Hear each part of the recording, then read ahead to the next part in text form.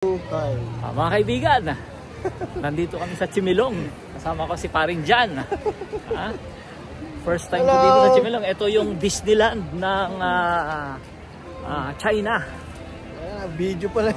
Mamaya marami pa tayong mapupunta ng mga lugar dito. Ayan o. Papasok pa lang tayo. Yan o. Ikot ko. Yun. Yan. Group tour lang to mga kaibigan.